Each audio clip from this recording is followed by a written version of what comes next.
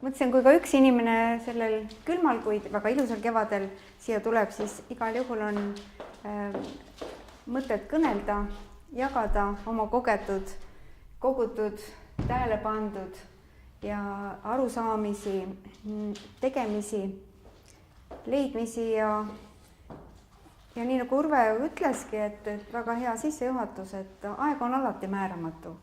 Ehk me ei tea ju, mis tuleb ja kuidas läheb ja nii nagu alati on noorus hukas ja et alati nooruspõlves oli taevas sinisem ja rohi rohelisem ja see on ajast aega nii ja kultuur on veel eriti mõnusalt, tervist, tuttav inimene, konservatiivne nähtus ja veab endaga kaasa mõnusalt kõike seda, mis on olnud siin maal enne meid.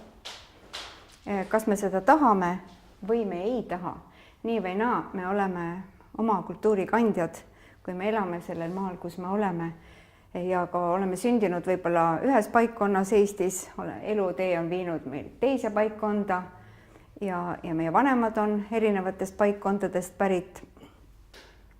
Ja see nende kaasaantu võib olla tähelepanematu meie jaoks.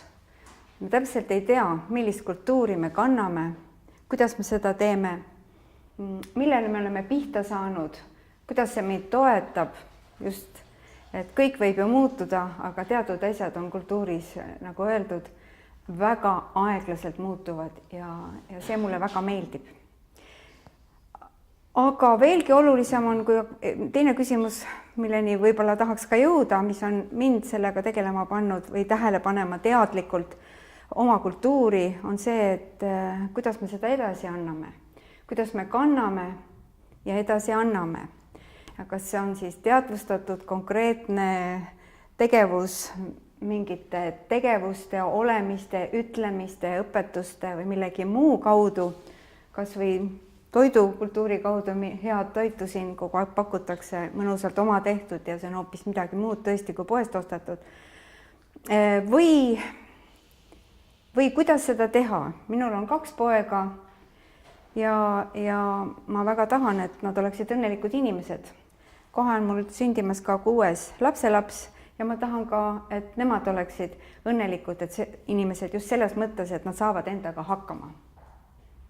Mitte see helesinine, heleroosa, ilus õnn, mida me klantspiltidelt ja ka teatud seriaalidest või mujalt näeme, et mis teeb meid õnnelikuks, vaid see, et ma olen rahul iseendaga, ma olen rõõmus selle üle, mis mul on ja ma ei mõtle seda, et ma siis hakkan õnnelikuks, kui ma veel saan selle ja selle ja selle asja. Ja oma kultuur on minu jaoks lõpmatu allikas, lõpmatult rikas, lõpmatult palju pakkuv ja nii nagu mina olen avastanud, sobib selles tänases ajas täpselt sama hästi kui 100 või 200 aastat tagasi. Mõned asjad on absoluutselt muutumatud. Välised tegurid küll ja kultuuri mõjud täna ju eriti avatud maailmas, mis kõik siia tulevad, aga ometigi me kanname endas edasi midagi sellist, mida on tehtud ka enne meid.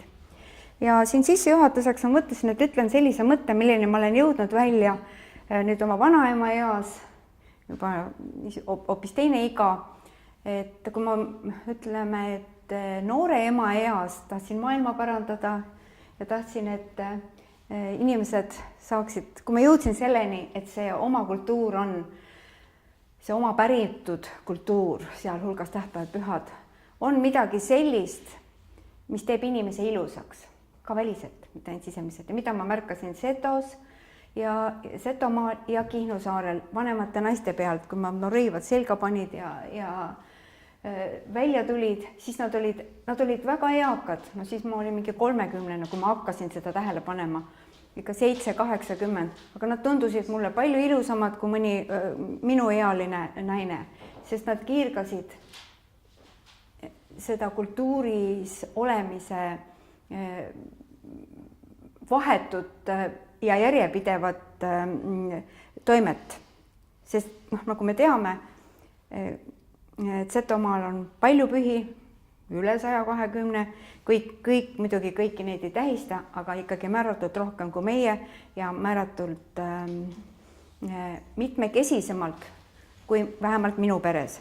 Aga see sissejuhatav mõte on hoopis ka araabia vanasõna, milleni ma siis jõudsin nüüd, olen jõudnud vanaema eas ja ma olen rahulik, ma olen rõõmus ja õnnelik ja mul ei ole üldse hirm enam, et on vaja midagi parandada või midagi muuta, et ma ütleksin, et kõik on olemas.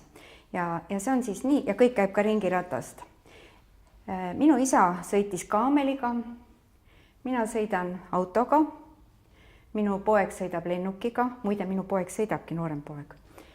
Ja minu pojapoeg, mul on 5 lapselast, siis mul läheb lugemine sassi, praegu on 4, 5 on tulemas tüdruk, 5 tüdrukut ja 1 on poiss. Ja see lapselaps, tema sõidab jälle kaameliga. See on mõistukõne, aga et kõik käib ringiratast, kas just neid väliseid sõiduriistu pidi, aga mingil muul mõtlemise tasandil ma arvan, et see täpselt nii on. Ja kui nüüd sinna tähtpäevade pühade aastaringi minna, siis ühel hetkel tegeledes üliõpilastega, aga eelkõige iseendaga hakkama saamisega, ma olen omakasupüüdlikult, kasutan oma kultuuri, rahvalaulu, kombeid, tavasid, tahan ise paremini hakkama saada, et teistel minuga ka kergem oleks, minu lastel, minu perekonnal ja teistel. Ja ma jõudsin selleni, mis ei ole mingi minu avastus, see lihtsalt on nii, et tähtpäevad ja pühad ühe rahva ajaringis ongi see selgroog, see tüvi, kuhu koondub kõik kõige olulisem kokku, mis on sellele rahvale oluline. Need väärtused, mis on just meile väga olulised, millest me ei loobu mitte mingil juhul. Kodu, perekond, vabadus, iseseisvus, see maa, loodus. No ja nii edasi. Need on need asjad, mis on meile kõigile ühtemoodi tähtsad. See ei tähenda, et mõnele teisele rahvale ka need tähtsad ei oleks. Aga me teame, et on ka rahvused, kus põhiväärtuste esikohal on siiski mingi võit või impeerium või mida suurem, seda parem ja selle nimel kõik muu. Et igal rahval on omad juhid, eestkõnelejad ja paraku on nad sellised, nagu nad on. Ja kuivõrd nemad siis rahvale milliseid sõnumeid järjepidevalt edastavad, siis tasapisi, eriti lapsed ju võtavad need omaks ja need saavad neile tähtsaks ja nad hakkavad selle eest seisma. Ja tähtpäevad ja pühad sellisel viisil nagu meil Eestis, täpselt ma ka ei tea, kuidas on igal pool, me keegi ei tea, kuidas, sest see on küllaltki väikese kogukonna asi, kuidas keegi tähistab perekonnas näiteks või siis oma külas või mingis suuremas seltskonnas juba on teada, kui niisugune maakondlik või suurem avalikkus. Aga et miks me seda teeme ja mis siis juhtuks, kui me seda ei teeks ja kuidas nendega on siis toimunud ka muutused. Mina olen selles eas, et olen elanud ka teises ajas, sündinudki siis okupatsiooni ajal, kus olid meil kohustuslikud pühad ja oli hästi palju sisemist vastuolu sellega, mida räägiti koolis ja mis oli kodus. Ja lihtsalt võib-olla ka see tähtpäevade pühade juurde jõudmine minu jaoks on ka selle tõttu, et minu kodus pidu ei peetud. Tähtpäevi ka ei peetud, sest minu isa ütles, et võõra võimu all ei ole mingit pidutsemist.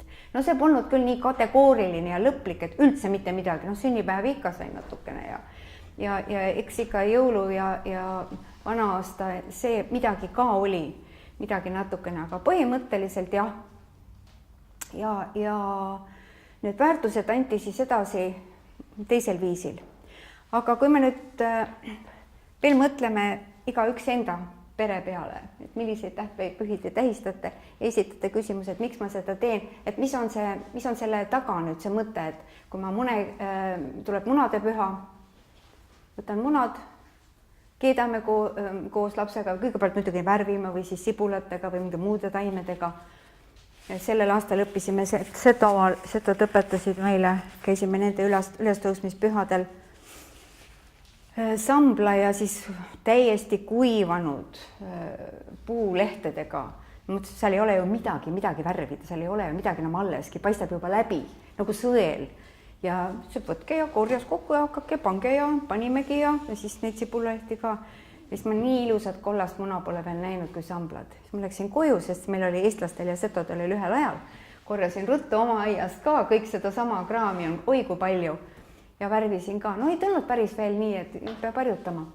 Aga et jah, me siis võtame need munad, värvime, paneme lauale, kõik me koksime, see on kõik ühine. Aga just seal Setomaal olles kirikus ja käies öisel kalmistul ja siis järgmisel päeval muna veeretamisel ja oli siuke väike laulmine ja muu pidu ka. Siis üks noor neiu Pärnumaalt esitas sellise iseenda jaoks küsimuse ja ütles, et jah, me teeme ka kõike, me ka seda sama asja teeme. Muidugi, mis Setomaal olid enamik esimest korda ja et see on ikka hoopis teistmoodi pühade pidamine. Aga et tahaks mõtestada seda tegevust. Et miks ma seda teen, et see ei ole lihtsalt üks tegevus, nagu söögi tegema, täna teen seda, homme teen toda, aga et pühadel ajal on kõik teistmoodi. Kõik on rituaalne, kõik on mõtestatud, pühitsetud, see pühade muna on väga eripärane muna, see ei ole see tavaline, mida ma muidu keedan ja söön. Ja mis selle mõtestatuse siis taga on või kes peaks teadma siis, miks me seda muna nüüd värvime ja miks me seda munade püha üldse peame või ka mõnda teist püha ja kuidas see peaks välja tulema, miks me oleme kokku tulnud. Ja selle tähtpäevade pühade puhul siis sinna koonduvad väga paljud kombed ja tavad, aga mis on veelgi olulisem, on see, et kui me nüüd jälle mõtleme oma aastaringi peale, kus me neid pühi peame, ja mõtleme suhete peale, mis meil on kõigil elus, nii või naa. Kui me just päris üksinda kuskil metsasütis ei ela, siis on ju suhted teiste inimeste ja kogu ümbritseva looduse ja ilma ja asjadega ja surnud esivanematega ja elu ja surmaga ja ka selle kõige kõrgema, selle loojaga. Et need suhted on nii või naa, need on ajast aega olnud inimesel kogu ümbritseva maailmaga, ega seal erilist suurt muutust ei ole. Ainult, et kuhu on siis rõhk nendele suhetele ja mis on meie elus ja kuidas see meid aitab. Ja siis, kui ma jällegi loen neid iga püha eel, kas just päris iga, aga paljude pühade eel võtan jällegi need meie esivanemate poolt kirja pandud mõtteavaldused, miks me üht või teist püha peame, siis mul ikkagi tõepoolest jõukarvad tõusevad püsti. Mõtlen, milline usk, et ma saan iseendaga hakkama. Ma saan hakkama ja et minust oleneb ka, kuidas kõik see maailm siin kulgeb. Et minust isegi võib oleneda see, et päike paistab. Ja kuigi inimene on nii väike nagu täpikene, no mis asja, minust ei ole nii absoluutselt mitte midagi. Aga kas see ei tähenda seda, et seda sõnuti kohe välja öeldi, kuigi seda võis ka olla, kes seda täpselt teab. Aga et üks uskumus ikka on näiteks, et jaanipäeva tule tegemisel on väga põnevad legendid ja jutud, miks seda üldse tehakse, miks seda tuld tehakse, miks just tule tegemisega seda suvepüha tähistatakse. Aga üks on selge, nii-öelda siililegi selge, et selleks, et anda päikesele jõudu juurde. Teemegi tuld selleks, et see päike ikkagi oleks seal olemas ja see soojus ja see valgus, lõppkokkuvõttes elu. Ja mina teen oma väikse tulekese ka selleks ja siis kõik teeme, kõik on siin. Kui kosmosest keegi vaataks, et kus siis sellel suvepühal need tuled põlevad, millises maailma nurkades, kus pühitatakse just tulega seda suvepüha, mitte igal pool. Teistel on jälle mingid teised asjad. Ja samas jällegi mõtlen kas või oma isa ja oma vanaisade peale. Siin on minu emapoolne suguvõsa. Vanaisa istub mul siin, tema on vanaisa August, keda ma ei ole kunagi näinud. Ja minu vanaema Alma ja minu ema Rosetta on siin ja see on minu ema vanaisa. Ja kui siis, mis ma nüüd ütlesingi, hakkasin ütlema, läkski meelest ära see ots, emad, vanaisad. Kuidas? Et mõtlete isade ja vanade isade peale. Kuidas? Tule tegemisega seoses.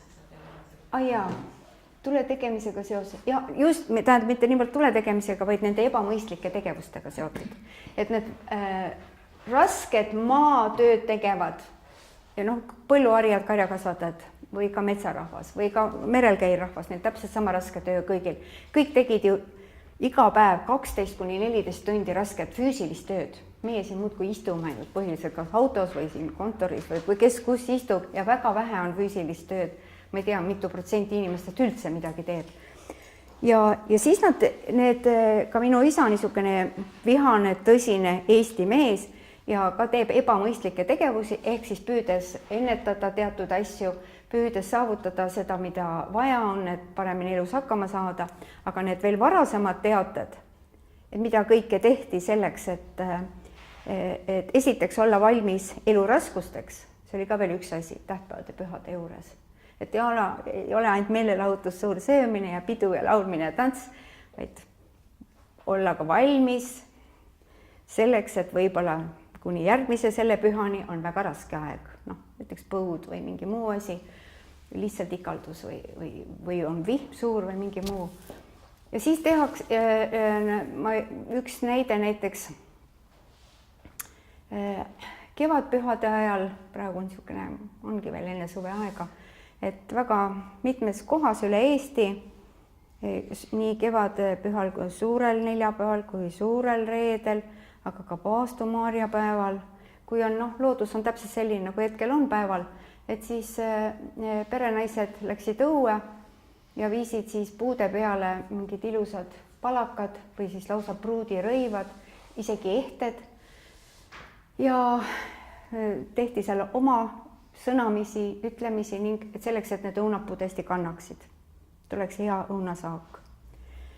Või siis peremees võtab siis mingi selle raudkangi ja mitmel kevadpühal taolist tegevust oli ja veab seda mööda oma põllupiire pidi kõik selleks, et see põld oleks kaitstud söödikute ja igasuguste söödikute ja halva eest. Ja siis ma kogu aeg kujutan ette oma isa või oma vanaisa neid tegevusi tegemas, väga pragmaatilised, asjalikud, ilmalikud inimesed. Ja see on veel kaduv väike osa, kui veel kari välja aeti, mida siis kõik tehti, millised, kas või pandi muna värava alla, üks muna maha, jälle muna teema ja jälgiti seda hoolega, et milline loom muna peale astub, et siis see loom märgiti ära, sellel loomal pikka pidu ei olnud, et temaga oli ilmselt midagi kehvasti, kas tervis või miski muu asi või hunt viis ära või mingi niisugune asi. Aga et väga erinevad, eripalgelised tegevused, mida pühade ajal tehti, et kaitsta olemasolevat, et saada teada, milline aasta võiks tulla, näiteks vilja jällegi lõikuse lõpus, siis perevanem või peremees või keegi niisugune väärikas tegelane võttis selle viimase viljavihu, mida siis ei pandud kuhugi kokku hakki ega rõuku või kuhugi kuhja, vaid tema viskas selle oma selja taha ja kuhu poole jäi siis viljaterase pea, et selle järgi ennustati, kas järgmine aasta tuleb see hea aasta või tuleb halb aasta. Ja kui ennustas, et tuleb halb aasta, no juba valmisolek selline, et me peame saama hakkama vähesega, me peame muid varusid leidma ja nii edasi. Et ühel poolt, kui me jälle mõtleme, lähme tänasesse päeva tagasi, et kui mina seal oma peres või teie oma peres, et kus on ka see kaitse või see tõrje maagia või maagia sõna on lihtsalt väga populaarne, aga ütleme, et lihtsalt see kaitse ja tõrje vähemalt on ta mõtteliselt läbi mõeldud, et ma midagi teen, ütlen välja, kas üksi või mitmekesi ja annan oma panuse ka. Ei ole õpitud abitust, ei ole 2 kätt ripakil, ega minust ei ole midagi, mis ma siin ikka peaasi süüa juua saab. Ja üks niisugune vahva näide veel, et kui see niisugune kultuuris toimimine, nii nagu ma ütlesin Setomaal, et inimesed, kes teatud tähtpäevi pühi tähistavad, nad ei saa seda mitte tegemata jätta. ja mina ka ei saa aastaringis vähemalt üks kord Setomaal, kas jüripäeval või munadepühal või paasapühal või mõnel muul käimata, siis mul on aastas nagu auk või midagi on puudu minu elus. Niikuinii palju on raskusi ja palju on muresid ja palju on küsimusi ja kahtlusi ja segadusi ja inimese elus kogu aeg muutub. Iga päev võib midagi muutuda, aga ka nii või naa. Ja siis on need toepunktid, on tähtpäevad ja pühad. Ja see üks näide oli aga Virumaalt, üks naine rääkis, et tema abiellus ühe Virumaa mehega ja nad elasid seal nende majas ja igal toomapäeval ämm tegi niimoodi, et ta võttis luua jah. Te olete kuulnud sellist ütlemist toomapäeval, et must välja, mis teine pool on? Valge sisse, noh, see võib ka olla pühad. Et kõik halb välja ja kõik hea ehk valge on hea. Meie rahvalaulus on ka must on halb, see ei tähenda, must mees ei tähenda mustade juustega meest, vaid oma olemuselt must. Ja valge mees ei tähenda blondi, vaid tähendab jällegi head meest. Et must halb välja, hea sisse. Ja et mina ei tea, kas tema seda teadis või mitte, aga igal toomapäeval, võib-olla ta alati ei märganud seda, aga kui ta siis märkas, kuna ta tegi seda alati, tema võttis selle luua kätte ja kõndis ümber nende maja väljapoolt, siis tegi sümboolseid need väljapidi liigutusi. Ma ei tea, kas ta ikka 3 korda ka käis, aga nagu oleks meeles, et 3 korda käis siis ühtepidi must välja ja siis vastupäeva ja päripäeva siis valge sisse pühkis sümboolselt. Aga siis suri see ämm ära. Ja siis nad elasid juba mingis korteris ja tal tuli meelde, kui toomapäev tuli. Et ämm tegi mingit niisugust asja, ei tea, miks ta tegi täpselt, keegi seda ei öelda, et kuulge, nüüd ma lähen, teen meie perele halb välja ja kõik hea sisse. Et seda neid asju tehaksegi tihti enamuses üksinda, enamikke asju. Aga tal oli kuidagi sund, et peab ka tegema. Ja küllap ta elas suures majas, kuigi oleks võinud ka ümber suure maja, kogu selle maja siis ükskõik, kas ta oli nüüd 9-kordne või 3-kordne, aga siis ta tegi oma korteris selle sama asja. Luuda tal ei olnud, luuda polnud vaja, tal oli siis see harjaga tegi selle sama asja ära. Ja ta tundis, et ennast hästi, ta on selle ära teinud. Ja küllap ta siis seda tegi nii kaua, kui ta elupäevi oli antud või tal see meeles ikka oli, seda ei ole ilmselt võimalik meelest ära unustada, see tähtpäev juba tuleb ja siis tulevad sellega koos ka mingid asjad ja mingid tegevused. Ja see noor tüdrukas ütles, et tahaks ka mõtestada neid tähtpäevi pühi, mida ma nüüd pean, et selle taga on midagi veel. Ja midagi, mida ma ka tahan ja mida ma näen, et seal Setomaal on midagi, mis inimesed paneb särama ja nii-öelda kargud nurka ja kõik on äkki terved ja ilusad. Kasjust päris nii, aga põhimõtteliselt tahaks pühade ajal ka mingit lähedust, mingi kõrgemaga, ülevamaga, mis sind tõstab, annab sulle niisugust jõudu ja sa oled täidetud nagu selle toiduga siin, oled nagu suur ja paks, kui sa sealt ära lähed, selle püha on peetud. Kõik on tehtud, mis on vaja. Ja minu pojad, vanem poeg on mulle öelnud, kui ta oli väiksemad, kui me ka midagi seal tegime ja ma otsisin seda, et kuidas siis seda kombestikku nüüd oma linnaoludes, ilma selles ise järjepidevalt kulgemata, kuidas sellele pihta saada. Siis vanem poeg ütles, et ema, nüüd on pühad tulemas, et hakkame jälle kombeid tegema. Kombeid tegema, siis ütlemine. Nüüd ta ise teeb, mis ta teeb. Aga et siis, jah, mul on täpselt sama asi. Ma tahan ka midagi rohkemat, kui ainult hästi süüa juua ja laulmine on ka super asi, et ka ühiselt laulda seda, see ka ei ole enam päris tavaline asi. Ja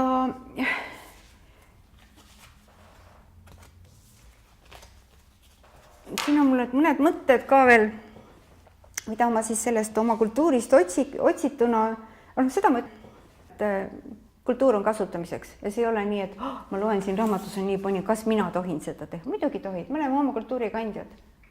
Täpselt võta see ja tee, kui sa tunned, et sul on seda vaja. Ja ma tean oma hulle üliõpilasi ja kursuslasi, kes on võtnud sõna-sõnalt, rida-realt ja kõik ellu viinud. Üks on siis Marju Marga just Paastu marjapäeva tähistamisel. Ja kuna ta elab ka maal ja neil on loomad ja neil on põllud ja siis kõik need samad asjad, mis tema loeb, et on vaja teha, sest neid asju on väga palju suurte pühade ajal. Mida tuleb kõik erinevad pooled ja suhted, kõik tuleb läbi arendada nii loodusega kui maaga, kui taevaga, kui tulega.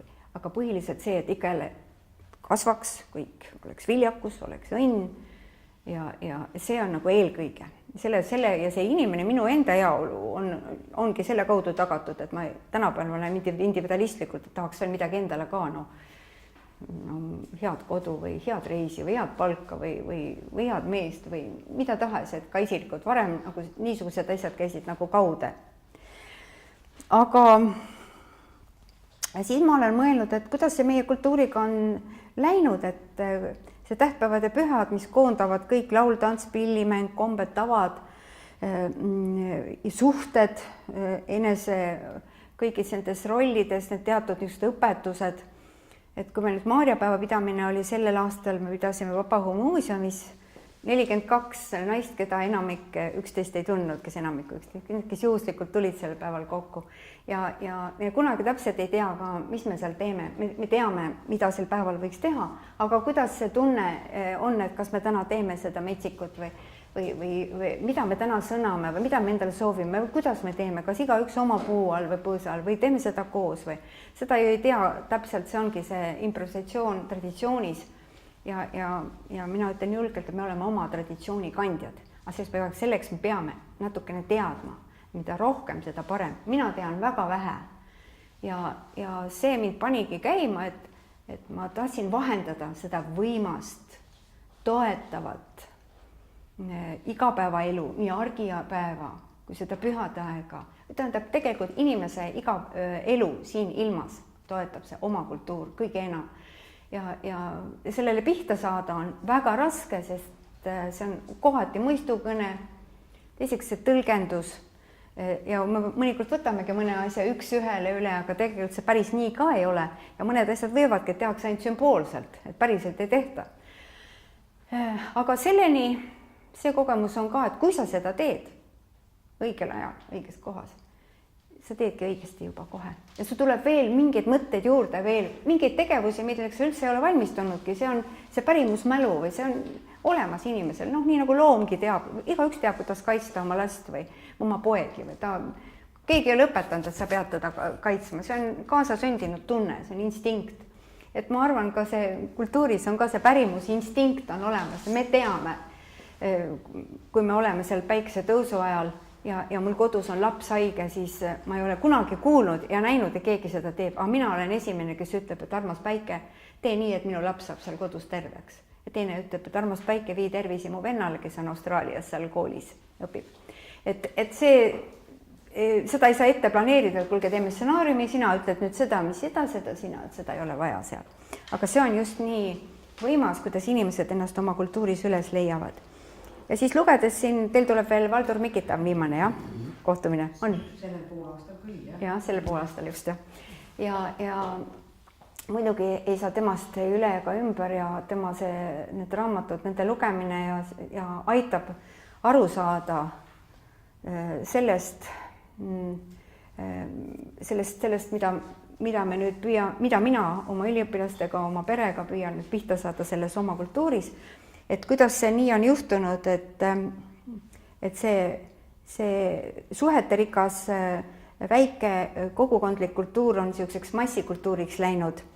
Ja ega see ei ole hea ega halb, see muutus oli paratamatuse ärkamise aeg, kus me siis baltisakslaste eeskujul tahtsime hakata kultuuri tegema, aga siis ka võib-olla mitte kõige paremate näidete eeskujude najale toetuda esialgu.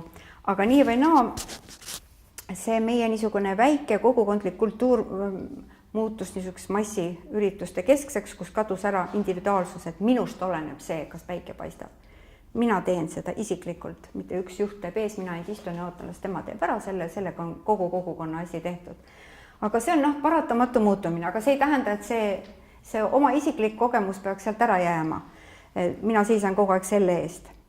Ja veel üks asi, et Pikita ongi öelnud, et meie kultuur on väikeste rühmade praktika. Sellest ma saan nüüd väga hästi aru, kui ma siis neid paikkondlikke erisusi loen ja neid tegevusi, mida on siis tehtud, et need ja ka ise neid tähtpäevi pidanud, et need ei saa olla suured massikogunemised, need saavadki olla ainult pisikesed tähtpäevade pühadel, niisugune päris pidamine.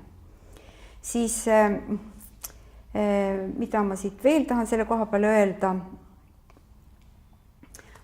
see loomise teema. Et kui me ärkamise ajal hakkasime õppima seda, et kõik teeme koos ühtemoodi, ei ole nii, et igaüks laulab omal viisil ja oma sõnadega, vaid kõik täpselt sellel viisil ja just täpselt nende sõnadega. Ja kõik mängivad pilli ka kõik koos, et mina oma pilli ei kuule, kõik oleme niimoodi, et see ühistegevus, see võimas ühisolemine, mida rohkem, seda parem.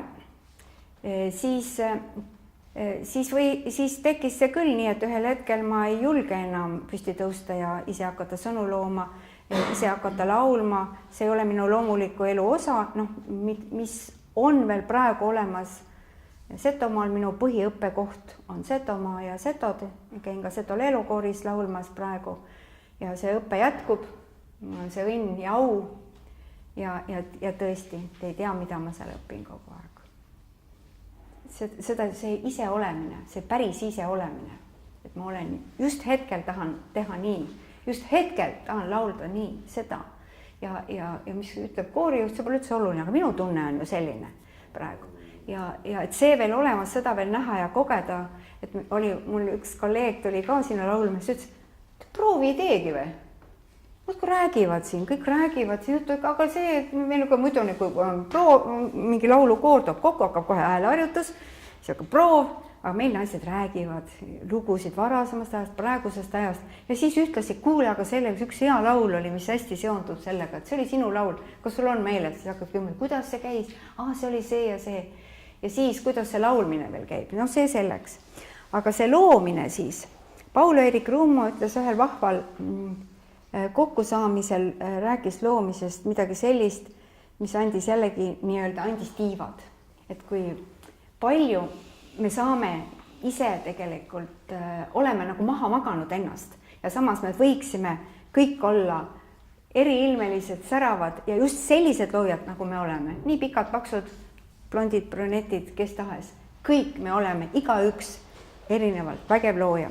Ja Paul-Eerik Rummo ütles niimoodi, et kui pühade ajal on oluline see kokkupuude selle ülevaga, me kõik tahaks, paneme ilusamad riided.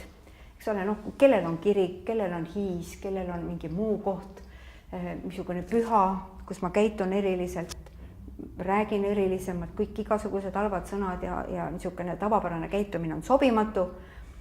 Ja kuni siis selle meelelahutuseni jõuda. Ja Paul-Eerik Rummo aga toob siis nagu selle ülevuse jällegi minu endani. Ehk ta ütleb niimoodi, et looja, mis tema on loonud, see on loodud, aga see tegevus ei ole lõppenud. Et see jätkub meie kaudu edasi. Meie kõik looja loob edasi iga inimese kaudu, kes on siia maailma sündinud. Ja iga meie tegevus, mis me teeme, on loomine. Ja kokkuvõttes meie elu on suur looming. Siis ma hakkasin ka kõige selle peale jälle mõtlema veidikele teisena nurga alt. Aga seda ei jõua me kogu aeg tähele panna, meil on nii palju igapäevaelu askeldusi, argielu, rutiin. Aga kui see tähtpäevade pühade ajal me võtame aja maha, me jõuamegi selleni, et jah, ma olengi looja ja ma saan ka midagi millelegi kaasa aidata ja minust oleneb ka midagi. Siis Valdur Mikita on veel öelnud ühe niisuguse asja, et meie see rahvaluule kogu, mis on maailmas üks võimsamaid selle rahvaarvu kohta oma üleskirjutatud, üleskirjutuse põhjal, arvukuse põhjal, et see on meie maagilise mõtlemise süsteem. Siis mõtleme, mis asi see maagiline mõtlemine on. Ja need tähtpäevadel pühadel kõik see tegevus, ütleme, et see on rauamajja maagia, see on kaitsemaagia, see on tõrjemaagia, see on soolamaagia, see on sõnamaagia, et kõik on maagiline, kõik on eriline seal tähtpäevadel, pühadel, aga see on terve süsteem, et kuidas ta meil toimib. Ja siis ma nii tahan, et noh, hea küll oli, et see oli, mis oli, aga mina elan nüüd ja praegu ja ma tahan seda kõike siin ka saada kasutada, ma tahan sellest osa saada, sellest süsteemist. Ja paljud minu tegevused siis nagu lähtuvadki sellest, et kuidas ma saaksin osa, kuidas ma saaksin pihta sellele ning seda ka edasi anda. Ja see improvisatsioon traditsioonis, see on üks termin, me kõik teame seda ja me oleme jällegi seda setode puhul ka teame, et nemad on ainukesed, kes laulus on improvisaatorid, kes on võimelised looma laulu käigu pealt sellest, mis on hetkel. Ja lapsed oskavad seda väga hästi, te olete tähelepanu, väiksed lapsed laulavad, mida nad näevad ja kus tuleb miski ja ilmselt võib-olla ka emad, kui laulavad lapsele unelaulu, räägib, et mis päev oli ja või mis loomad on siin ümbrus või mis puud või mis aastaaeg või et see võime meil päris kadunud ei ole. Aga kultuuris, nüüd ütleme pärimuskultuuris ja tähtpäevade pühade ringis, siis me mõtleme, et noh, mul on selline kogemus, et Paastu Maarjapäeva tähistamist me alustasime sellepärast, et tundsime, et on vaja niisugust tähtpäeva ja püha, kus ma saaksin oma naise rolle uuendada ja korrastada emana, abikaasana, naisena, noh nüüd juba ka vanaemana, no igas neid naise rolle on ju päris mitu erinevaid, elukaaslasena, sugulasena ja nii edasi. Ja see jällegi oli omakasupüüdlikust vajadusest välja kasvanud. Ja kui me hakkasime noortega seda üliõpilastega Viljandis tollases kolledžis tähistama ja võtsime ka ette siis raamatu, rahvakalendri, kus on juba väga palju erinevaid seinast seina imelisi üleskirjutusi, millest mõnest ei saa üldse aru, mis see tegelikult selle taga on ja mõnda ei pane tähele, loed 10 korda, siis alles vaatad, aga see on see asi ka. Ja siis me tegime mingisuguse tegevuste järjestuse, lihtsalt valisimegi ka improvisatsioon traditsioonis. Otsustasime nii, et kevadpühadel on öeldud, et tuleb tõusta enne päiksetõusu ka munade pühal. See on väga kasulik, või ka urbepühal. Kes ei tõuse, see võib urbida saada. Ja see, et sa vara tõused, aga see päikesetõusul olemine, see on nagu me Maarjapäeval 20 aastat oleme tähistanud, kõik on öelnud, see on kõige parem osa, on seal hommikul kell 6, kui päike tõuseb, ükskõik mis ilm on, see on ikka päeva kõige parem osa. Pärast söömine, joomine, laulmine, tants, pillimäng, see on ka tore, aga see ei ole mitte midagi kõrvutatav sellega, sa oled loodusjõu ees tema kõrval ja temaga nagu dialoogis mingis mõttes. Ja et siin me tõuseme ka päiksetõusuga, küllap Maarjapäeval ka nii oli, sest Maarjapäeva kohta ei ole väga palju teateid, sest võib-olla arvatakse, et võib-olla see oli eestlaste kõige suurem püha, maaema püha, aga see oli nii ammu, et selle kohta väga palju teateid ei ole. Aga üksikuid võib välja lugeda küll, et see võis ka olla väga suur püha, nagu praegu on jõulud ja jaanid, mitmepäevane pühade tsükkel. Ühe teate ma leidsin selle kohta, et Maarjapäeva laupäev, sest nimetusedki on muutunud ju. Kristluseelsed nimetused olid ju midagi muud, ütleme, et oli maaema püha näiteks. Siis edasi me teame seda, et kui sa midagi tahad saada, siis tuleb midagi anda. Ja mõtlesime, et kui me selle pühal see andmise asi, ohverdamine, me teame, et ohvrikivid, ohvriallikad, seda olete te kõik teinud. Olete oma raha, metallraha kuhugi pannud. Tõstke käsi püsti, kes on kuhugi metallraha pannud mingi allikasse või kuhugi. Juuris, sina ei olegi või? Kuhugi ohverdanud raha? Kogu aeg toimub hääletamine. No tegelikult me teeme seda sama asja edasi. Mis me siis mõtleme, kuidas me teeme, aga ka pühade ajal, kui me siis endale midagi tahame soovida, siis me teeme ka teadlikult seda. Ja väga tore on, ja eestlased on ka selles mõttes väga vahva rahvas siin vahemärkusena, et meile sobivad kõik jumalad. Kui on häda käes, siis kõik sobivad. Rahvalaulus on Neitsi Maarja, Taevane Maarja ja Maaema, mõlemad on ka kõrvuti ja ka pühade ajal. Ja nüüd sellel ülestõusmispühal Setomaal oli ka väga hea vaadata, kus pühase nurgas, kus on ikoon, pühase rätikuga kõrval oli kohe nende siis viljakus jumal Pekka oli sealsamas ka, see puuslik. Nii et sõbralikult kenasti koos. Aga et siis, kuidas me selle üles ehitame, selle püha, kui meil selle kohta on väga vähe teateid, on ainult üks põhiteade, mida me ka kõik oleme kasutanud, et tuleb juua punast veini. Nii see andmine. Siis me mõtlesime, et see paelaohver, paelte puudele puu külge sidumine, et puu oleks natuke ilusam ja rõõmsam, nagu ma rääkisin enne, et kevadel, kui on püha ja siis on loodus ka on ju piduline, aga ta on niisugune kurvakene, tal ei ole veel lehti ja õitest rääkimata, siis ma panen ise talle midagi. Ja see on minupoolne ohver. Miks mitte? Siis tuli see puude ehtimine ja silmapesu allikaveega või siis puhastatud veega. Silmapesu on väga mitmetel pühadel ja mitmetel aegadel oluline. See kohustuslikuks läks. Päikese tervitamine laulude või sõnamistega, nii kuidas ta kujunes. Siis laulmine, tantsimine väljas on loomulik, pärast rituaalne söömine, joomine, pannkookide küpsetamine, punase joogi joomine ja nii edasi. Ja sinna tuli neid asju nagu juurde.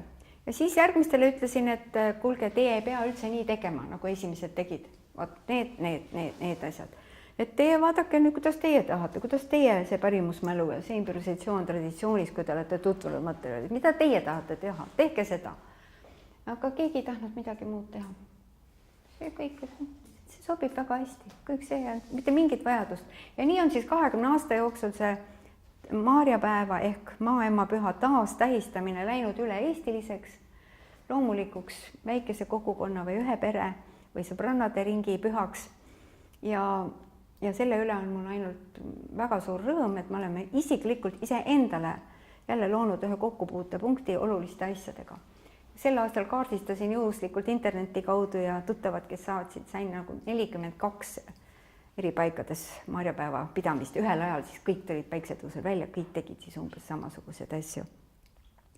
Nii et see improvisatsioon traditsioonis ei ole väga suur. Kui juba midagi on, mis toimib, siis mul ei ole seda vajadust muuta. Pühadega absoluutselt erinev nüüd muu niisuguse professionaalse meelelahutuskultuuriga, et tahan midagi uut, juba on ära tüüdanud, ikka ühed samad laulud, ikka need ühed samad tegevused. Aga mõtleme, kui me ütleme, et kuulge, aitab nendest jõululauludest. Noh, võtame midagi muud. Kõrini juba, iga aasta ühed need samad laulud. Ja nii et muul ajal meil laule ei ole, jaani ajal laulud on unustatud, üldse ei lauldagi jaani ajal enam koos. Aga võib-olla jälle hakatakse laulma. Nii et see taasloomine sisaldab siis isiklikku vajadust midagi enda jaoks, oma kogukonna jaoks ja natuke teavet. Mida rohkem, seda parem. Ja mõnedki asjad on, sa saad pihta, kui sa, nagu see Maarjapäeva näite, see naistepüha, nagu naised oma keskis need asju teevad ja on ja pärast paksudena kõik minema lähevad, sest nii tore on üksteise najal ja toel ja iga aasta ikka ja jälle.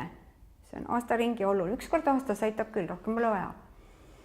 Aga siis nii mõnedki niisugused olulised mõtted, mis argiaja hädad ja ebameeldivused ja mured teeb väiksemaks.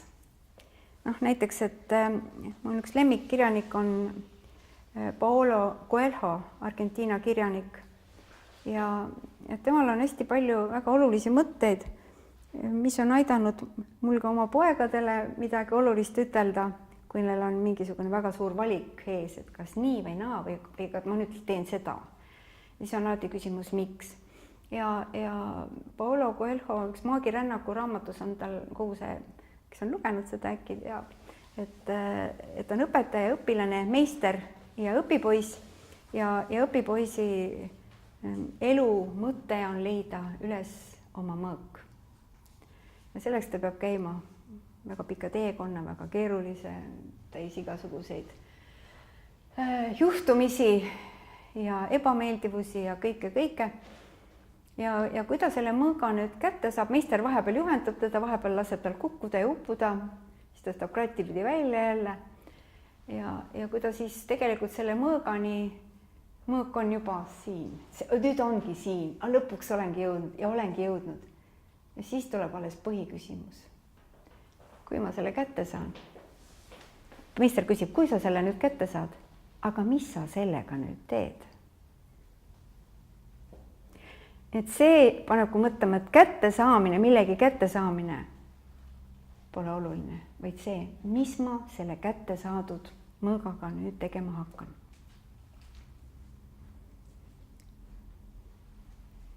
Ja jällegi jõudes sinna tähtpäevade pühade juurde, et seal ongi see koht, kus vanemad ja targemad siis võivad väikseid juhatusi anda, mis selle mõõgaga teha.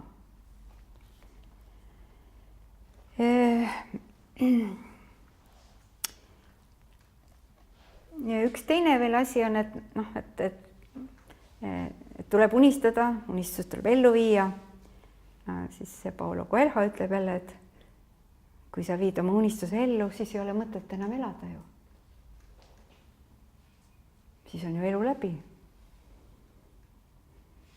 Et jälle, et kui maksimumini ja mis on see, et kui meil tähtpäevade pühades on, iga aasta on see sama üks asi uuesti jälle, ikka see sama, eks ole, enese korrastamine, et see tähtpäevade pühade aastaring annab seda. Aga kui sa oled keskendunud terve elu ainult ühele asjale ja selle nimel tegutsed, mis iganes on see karjäär või parem töö või parem elukorraldus või ma ei tea, mis kellelgi meist on. Tähtis ikka vist on perekond, on kõige tähtsam. Eestlaste kõik need uuringud on näidanud, et kõigil eestlastel, nii meestele kui naistele, kui lastele, kui noortele, kõige olulisem on ikkagi perekond, nii või naa.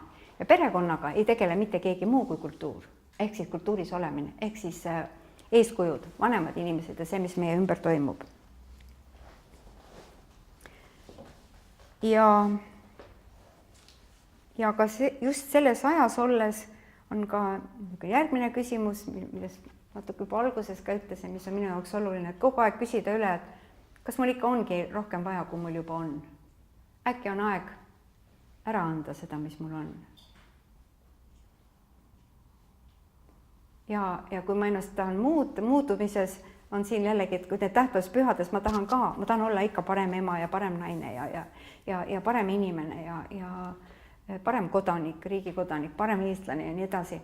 Et siis ma ei pea midagi ehk juurde selleks endale kuidagi moodi saama, mõtlema, treenima, või äkki pean midagi endast ära lõpetama, mingi asja hoopiski, lahti saama millestki endast.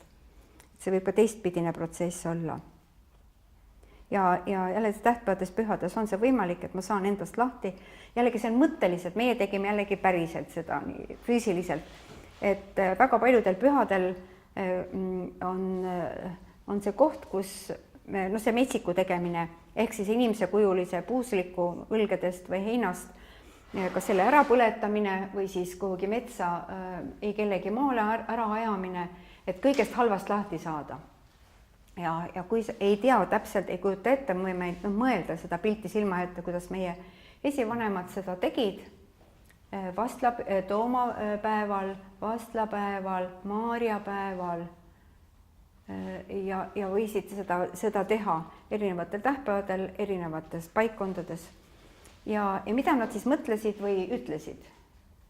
Või nad sõnasid kas oma siis mõtetes või niikuinii kõik teadsid, kui me seda teeme, siis see tähendab seda, et nüüd selle viimegi välja. Või siis tõepoolest, meie tegime selle päriselt oma peres, et oma päeval kõik kirjutasid paberi peale kõik oma halvad asjad, millest ta tahab lahti saada. Ja pühade aeg on täpselt see aeg, kus seda teha. Ja siis meil on kamin, et siis pärast põletame ära ja ole kellegi asi. Aga ma igaks juhuks ikkagi, mitte igaks juhuks, vaid kuidagi tuli see mõte ja küsisin, et kas keegi tahab ka kõva häälega öelda pereliikmetest, millest kõigest ta lahti tahab saada. Ja siis üllatus, noorem poeg ja siis minu mees lugesid ette kõik need halvad asjad, millest nad tahavad lahti saada. Ja siis mõtlesin, et milline kasutegur on sellest perele, et kõik teavad, ta saab ise ka aru, et tal on see nõrk külg. Mina muidugi nii tubli olnud, mina ei tahtnud oma halbu asju avalikkuse ette tuua.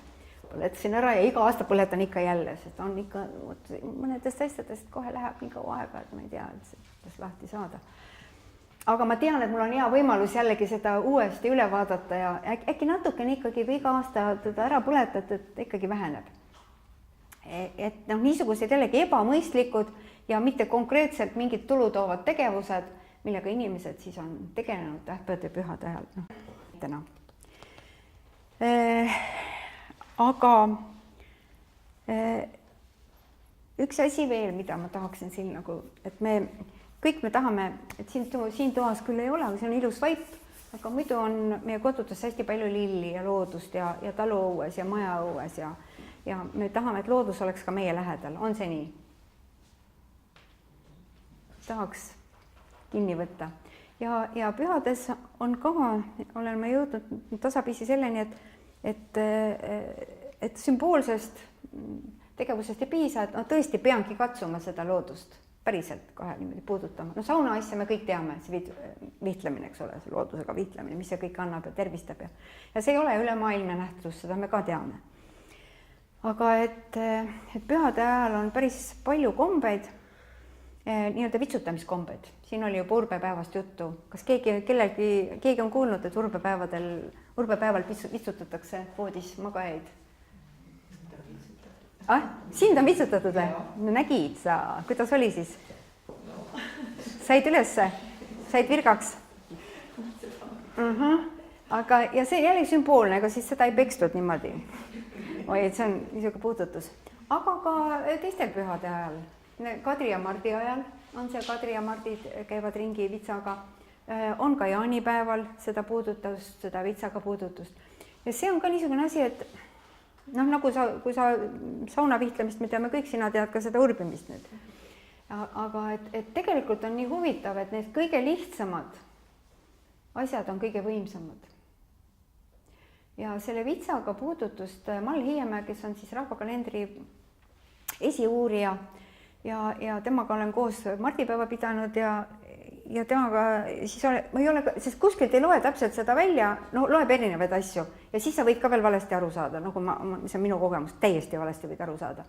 Et kuidas see mardipäevane vitsutamine siis on? Muidugi, kui on niisugune uljad noormehed, nad võivad ikka paar sirakat anda ka, aga põhimõtteliselt on ikkagi, et see on ainult puudutus. Sa ainult puudutad vitsaga ja siis soovid ka midagi, tooreks terveks või mida vaja. Ja see soov, see tervistab, igas mõttes tervistab, uuendav, noorendab, nii vaimses mõttes kui ka muidu. Et see puudutus ja loed ära, mis siis ikka, võiks meid siin puudutatud on ju vitsaga ju, oleme iseennast või mu loodust puudutanud, aga lihtsalt üks hea näide. Et jaanipäeva tähistasime Lüganusel ja seal tegime jaanikimbud 9.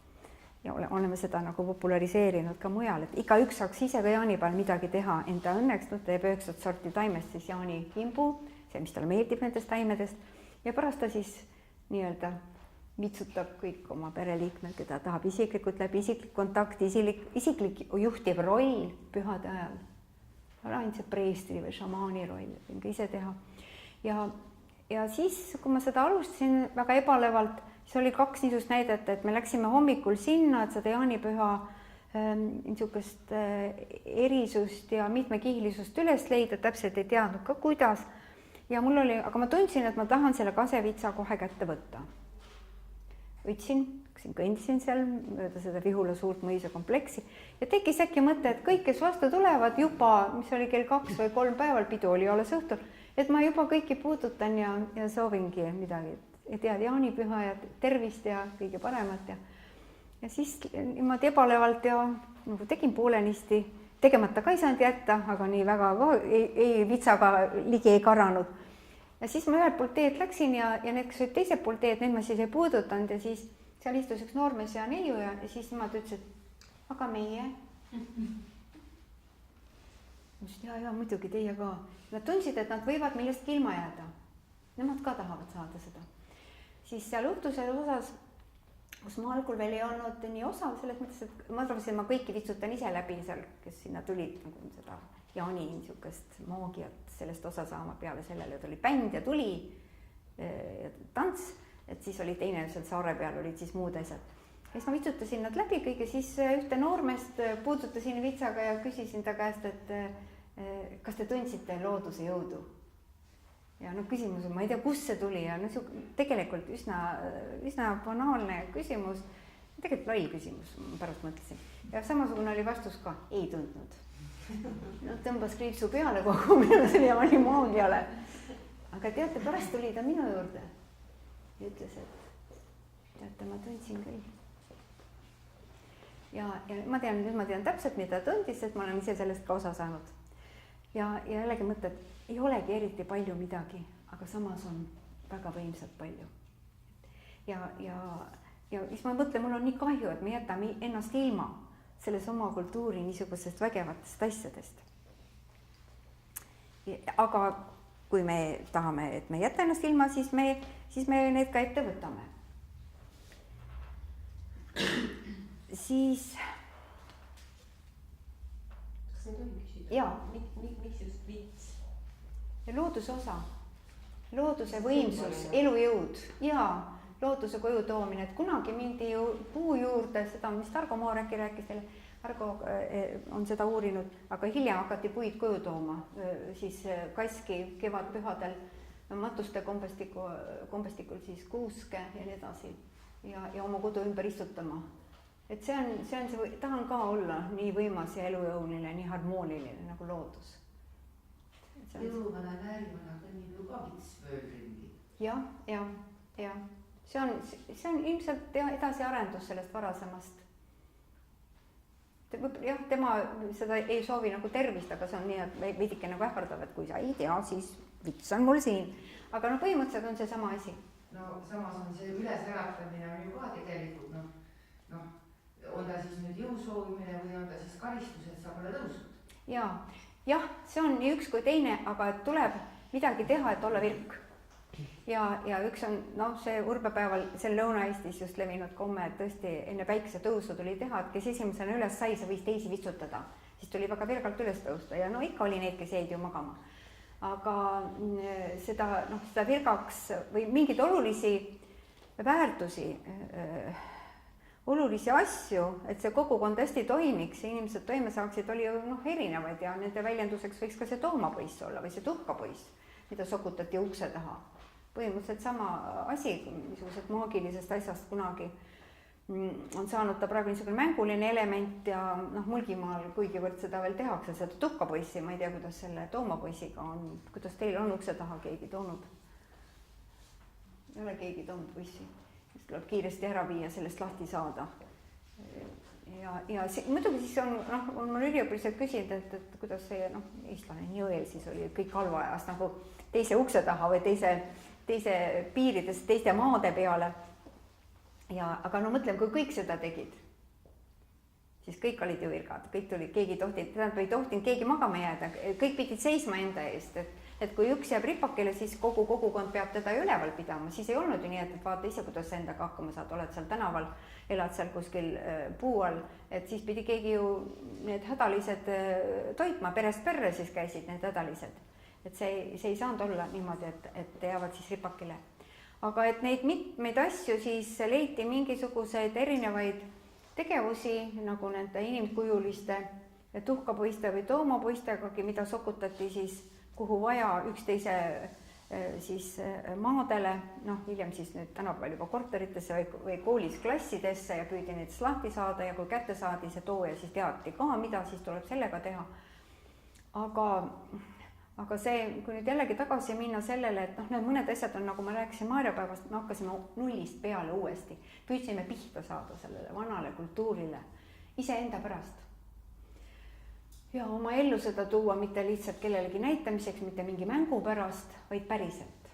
Mul on seda vaja, me ei tee seda rituaali, mingit lavastust, nii kuidas juht ütleb, vaid nii kuidas see mulle sobib. Aga et see toimimine, mis on toimunud ajast aega järjepideva voona, jällegi seda ma olen näinud ainult Setomaal. Sest tähtpäevade ja pühade aastaringi tähistamine, ka oma tõusude ja mõõnade ja muutustega nagu mujalgi, aga ka seal on toimunud, mingi asi on vahepeal välja surnud, siis on uuesti jällegi taasloodud, üles äratatud ja toiminud. Aga ma toon ühe niisuguse näite, et kui ma lugesin raamatust, sama munade pühade aegne munade veeretamine. Kõik olete näinud seda setoloomkat, eks ju? Tehakse suur liivavallist niisugused rennid, kas 2 taskuga, kuhu munad veeretada või on 1 tasku seal keskel ja selle ehitamine on eelmine päev ja see on eraldi tehnika, selle me õppisime aga nüüd ära, me teame, kuidas seda teha, et oleks niimoodi tugev ja tasane ja nii edasi. Ja lugesin raamatust, kuidas see käib, Herbert Tampere siis rahvalaulude raamatust kokkuvõttena sealt. Ja siis tahtsin näha seda Setomaa, mul oli Setomaal ka, pilt oli ka juures, ettekujutus oli ka olemas ja siis ma tahtsin seda näha, see võis olla mingi aastal 1993 näiteks ja mul olid head sõbrad seal see piiri ääres elavad praegusenigi osad neist Võmorskis ja ta ütles, et tule vaata siis, kuidas see asi käib, ega siis muidu ei saa ju aru, mis on. Ja siis läksin sinna ja ütlesin, et kus siis toimub see veeretamine. Siis nad ütles, et mine vaata, seal bussijaama taga seal metsas kuskil on. No, tulen siis bussi pealt maha ja vaatan, mitte kedagi, isegi teed ei ole, et kus kohta need lähevad. Aga siis äkki nägin, et mehed lähevad, munavõrgud, kotid kaasas, lihtsalt suvalised sinna metsa vahele. Seal oli lihtsalt üks hea liivakoht, kus oli loomkalt teha seda liiva, seda munaveeretusrenni. Ja läksid sinna järjest ja nagu mingisugune, ma tea, mingi salajane vennaskond, kes kõik niimoodi lähevad seal. Ja see oli veel see aasta, kui ikka see aeg, mõelge, kui palju see nüüd tagasi on. Nüüd praegu me Võmorskis ei ole käinud, aga ma olen käinud Värskas ning samas lähedal Obinitsas munade pühadel, siis kui mehed veel käisid, üle Eesti sõidavad Tallinnast kohal oma munavõrkudega, et Võmorski bussijaama taga metsas mune veeretada. Ja samas see pani mind jälle tõsiselt mõtlema, keegi ei hakka mõtlema, mis mingi rahvakalendri mingi tähtpäeva või mingit kommet või asja peab, aga ta ei saanud ka teist mõtteid ja vana sigivus maagiline komme, mida võisid ainult mehed teha, nüüd on juba seda lapsed, naised ka ja lastel on eraldi, see on täiskasvanud, aga see oli keelatud teistel varem. Mehed pidid selle kindlustama, no see oli siis nende panus nagu sellesse kultuuri. Ja seda kannavad ja seda munade veeretust, mõelge, kui kaua seda on tehtud? 1000 aastat verepanu.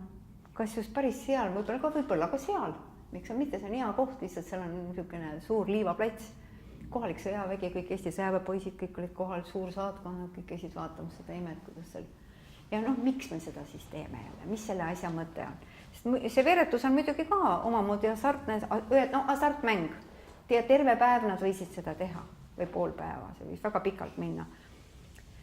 Et sa teiste munad omale võid saada seal, kui sinu veeretatud muna, millised munajasid puutub, need sa saad kõik omale, aga kui sa veeretad kõik munad ära ja ükski ei puuduta, teise muna jääd ilma, sa pead koju minema uute munade järgi või kellegest kauplema, kuule müü mulle või anna või midagi.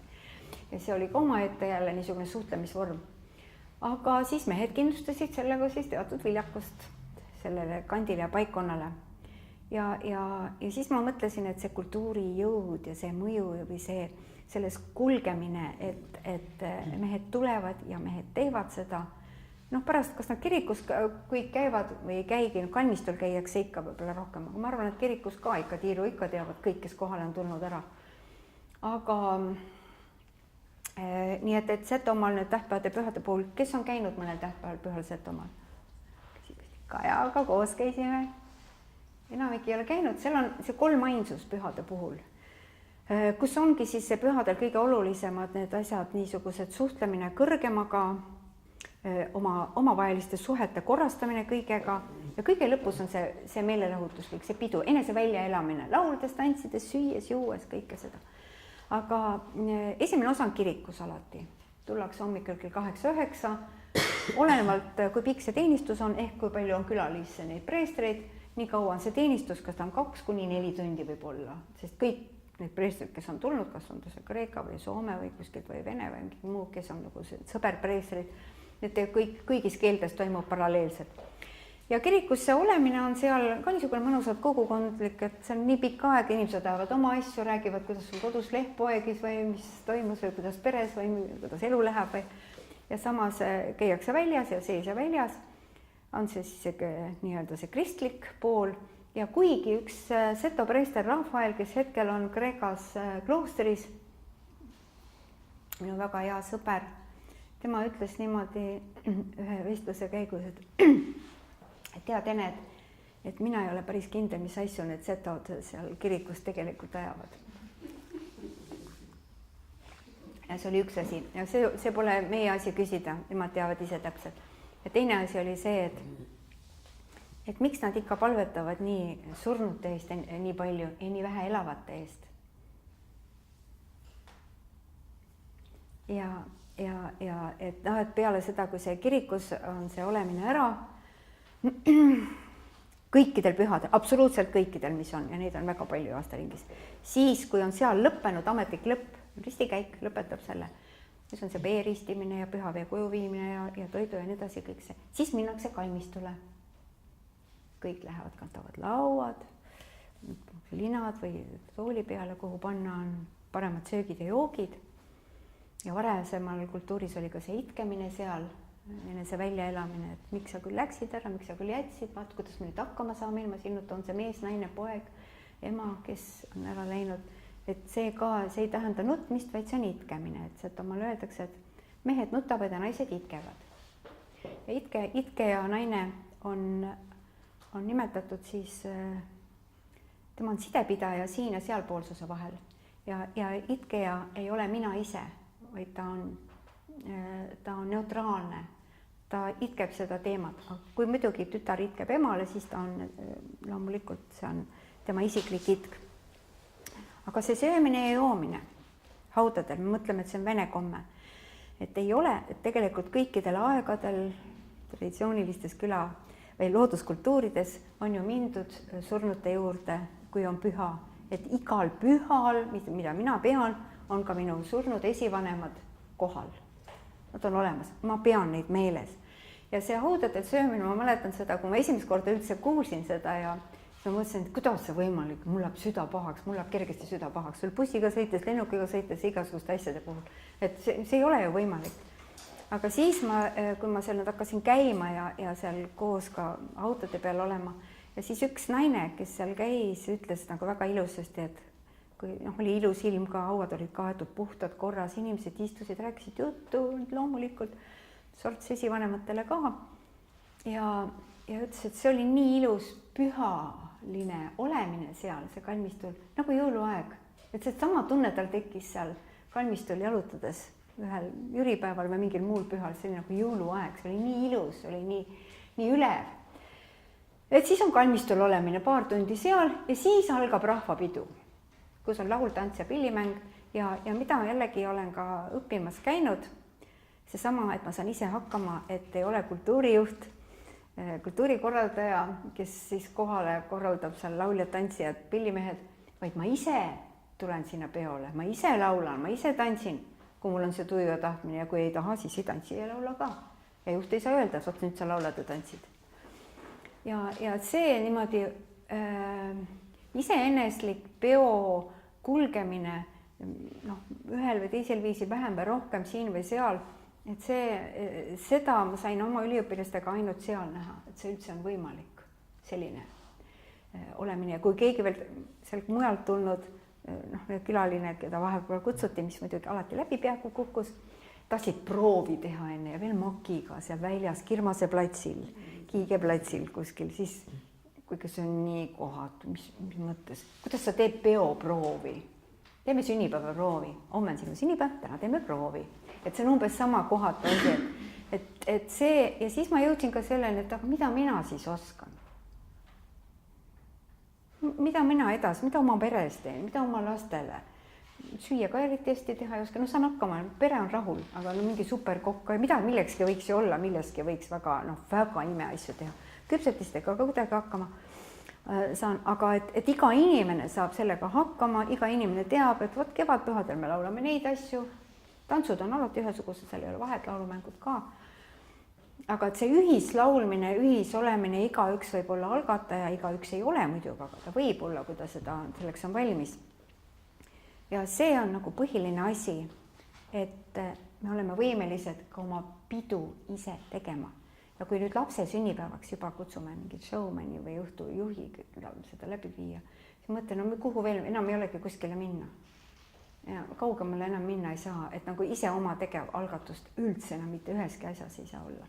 Sellest on väga kahju, aga õnneks on see teine pool ka olemas ja ma arvan, et siia tulnud inimesed teavad küll ise, mida nemad vajavad, mida nende perekond ja mida sellega ette võtta. Ja nüüd, kuidas ma siis kokku võtan selle meie praeguse väikese kohtumise.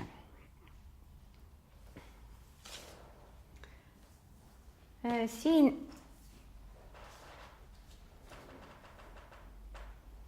Siin on mul kaasas ka kunagi välja antud juba ka tükk aega tagasi, isegi ei tea, mis aastal, 2010, 7 aastat tagasi. Kui ma jõudsin selleni ka suure kaarega, oma kultuurini ma jõudsin, oma kultuuri väärtustamiseni, selle kasutamiseni, niisuguse, kuidas ma nüüd ütlen, et võimsa tahteni oma kultuuri osata kulgeda, osata toimetada tähtpäeval, pühadel ja et ka teised oskaksid, minu lähedased tuleksid seal toime. Sellega ma jõudsin ka kaarega Põhja-Ameerika indiaani kultuuri kaudu hoopiski, kuskil kaugel käisin ära ja siis jõudsin siia, mis meil on endal oma ka. Aga siin on ka omad põhjused, et tegelikult niikuinii me oleme, nagu ma ütlesin, niikuinii olin mina ka nii või naa oma kultuuri kandja ja ma ei ole mõtet mul laulda mingit indiaani rahvalaulu, mida ma niikuinii ei ole võimeline laulma nii, nagu see rahvas laulab, igaüks laulab oma laulu ikka ise kõige paremini ja mul ei ole mõtet teha seda, mida teised teevad minust paremini, aga minu asi on teha seda minu oma. Võromaalt pärit ja isa poolt Tartumaalt ja see Lõuna-Eesti kultuur, et see on minu kultuur, Eesti kultuur on minu kultuur ja see on minu asi ja minu kohus ka seda jagada ja edasi anda. Aga nii jõudsin ka oma laulukultuuris, et Viljandis pärimusmuusikutega tegeledes käisime siis mööda külasid ja pillimehi ja laulikuid ja kus aga keegi midagi laulis, et öelge meile ka, me läheme kohale, kohe lindistame. Ja siis aga mu oma vanaema, kes oli üle 90 aasta vana, kes on seal minu ema süles istub vanaema Alma ja huvitav on see, et selle nii palju, kui mina seal pidudel või pühadel käisin sünnipäevadel põhiliselt vanaema juures, vanaema ei laulnud mitte kunagi. Koos küll kindlasti lauldi Krukki väli või kaugel, kus on minu kodu. Aga siis me vennaga ükskord mõtlesime, kui oli võimalik osta endale see lindimakk, see oli suur asi ju, ise lindistada. No vennal oli see olemas, ütlesin vennaga, et lähme vanaema juurde, hakkame lindistama vanaema. Et las ta räägib oma elust. Ja see oli siis aasta 1987. Ja läksime vanaema juurde ja vanaema ütles kohe, et ei, mina räägisin midagi, et esiteks ta on teadagi mis ajast ja sellel ajal oli ka minu vanaema põhimõte, et pool suud tuleb kinni hoida. See tähendab, et mida vähem rääkida, seda parem. Aga ta hakkas hoopis laulma meie üllatuseks. Me saime kirja, siis saime lindistatud 50, mitte ainult siis vennaga, vaid siis ma käisin hiljem veel üliõpilastega ja veel mitmel 53 laulu. Nende hulgas on sõjalaule, kloostriteemalisi alearmsaid just saksa kultuurist meile tulnud, aga on ka siis tõesti 19. sajandi lõppu jäävaid neid sõjalaule ja esimese ilmasõja aegset laule. Palju looduslüürikat, armastuslüürikat, on koorilaule, on seal igasugust, on uuemad rahvalaule ja viited varasemale kultuurile on ka mõnes siirdevormilises laulus, mõnes üksikus 2 neid on ainult siin selle hulgas. Sest vanaema oli ju moodne tüdruk, kui tema oli noor. Vana regilaulu ei lauldud, sest see oli moest ära. Ja kui ma küsisin vanaema käest, et vanaema, et sa laulad nii palju sõjalaule on sul seal, et kas sa ka teadsid seda, laulsin ette, et kes siit läheb, kes siit sõda ja läheb, kes siit sõda ja läheb, kas läheb isa või läheb poega või läheb kõige noorem venda. Aga laulsin talle mingi suvalise sõjalaulu ette, et kas sa teadsid ka seda, et sul on, kuna sul nii suur repertuaaris, nii suur hulk oli sõjalaule. Ja siis ta ütles, et no neid meie ajal küll enam ei lauldud, niimoodi põlastavalt ja halvustavalt. Ja järelikult ta teadis, aga ta ei tahtnud neid laulda. Ega me siis peale ka ei käinud, ta laulis seda, mida tema tahtis. Et siis oli üks asi, et esiteks ma jõudsin vanaemani, jumal tänatud. Ja siis ainult juhtus niisugune asi, et siis iga kord, kui ta mind nägi, siis ta ütles, et kas ma sulle seda juba laulsin. Ja jälle tulid, kas olid uued või siis vanad, tal ei olnud meeles, aga mis oli kõige uskumatum, tal olid kõik need laulud peas. Aga ta neid laulnud ei olnud vähemalt 5-60 aastat. Need olid õpitud loomulikus keskkonnas, loomulikul viisil ei olnud koolis pähe tuubitud, siis kui nad olid noored, ütlesid, kui ta abiellus, ega siis ei olnud enam aega laulda. Need olid kõik enne abielu õpitud need laulud.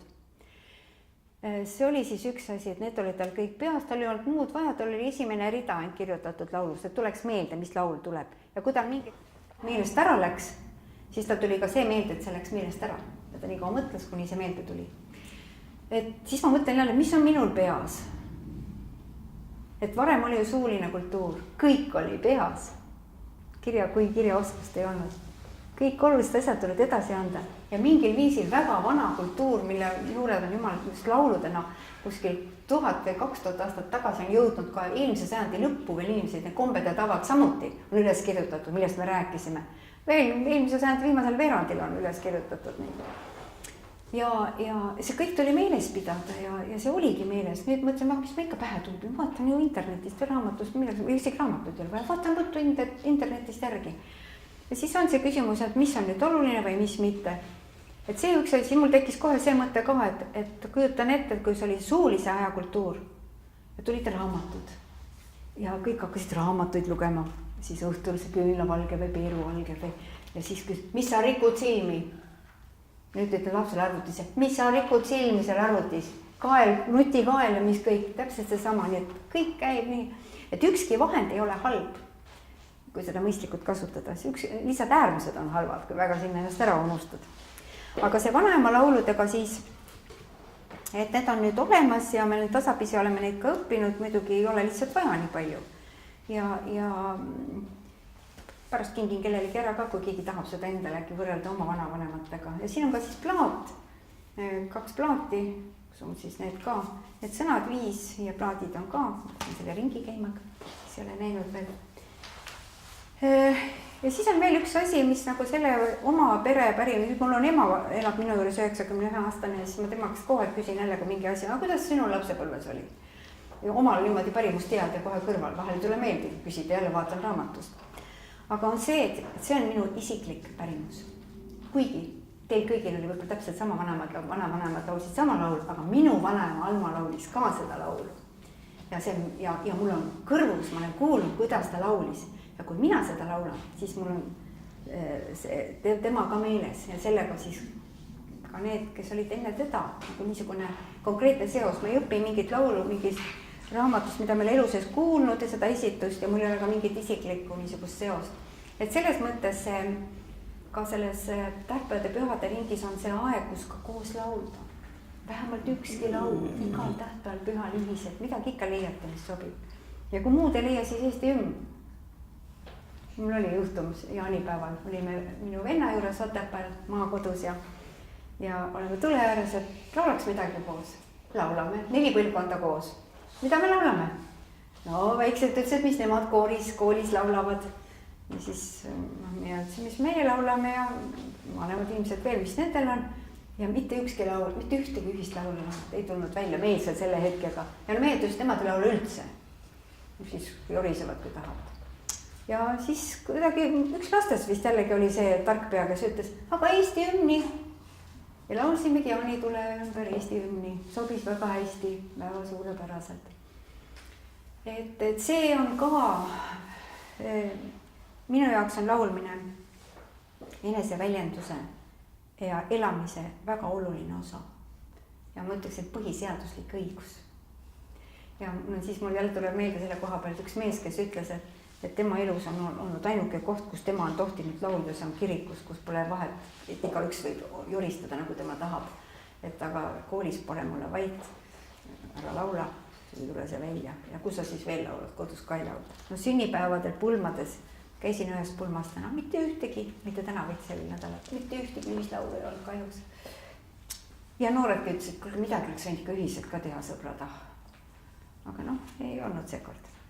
Et siis ka see minu oma nina all olev pärimus võib minna, minu vanaema muidugi juba läinud ammu, võib minna, kui ma ei taba seda õigel ajal küsida. Äkki siis lõpetuseks ühe vanaema laulu laulaks, siis te võite neid öelda. Ma ei tea, mis laulu. Siin on, ma loetsin ette, mis tema repertuaaris on. Mis teema läheks praegu, kui ma tean. Saate järgi ka laulda. Võtaks midagi kevadist ilusat või? Midagi rõõmsat. ja kutsun ka üles siis küsitlema oma pere lähedasi.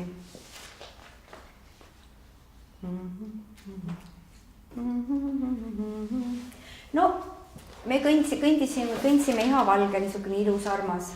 Tere õhtust, armas tütarlaps, või õhtul välja läksin maa. Või ka niisugused väga ilmekad. Ammu mina olen juba leeris käinud. Siis 2 tüdrukut metsa kõndma läks. No millise võtame? No õhtul välja läksin maa. Õhtul välja läksin maa, vaata misuke see oli. Seda ma ei oskagi. Ma ei ole nii tubli kui mu vanaema. Kusjuures mulle tuleb praegu 5 ka meelde. Võtame midagi sellist, mida sa oskad. No võtame jah sellest väiksest varamust, mida mina oskan. Võtame selle, me kõndsime ihavalgel, see on ka hästi armas. Meie kõndsime ihavalgel nii hilja seal õuede peal.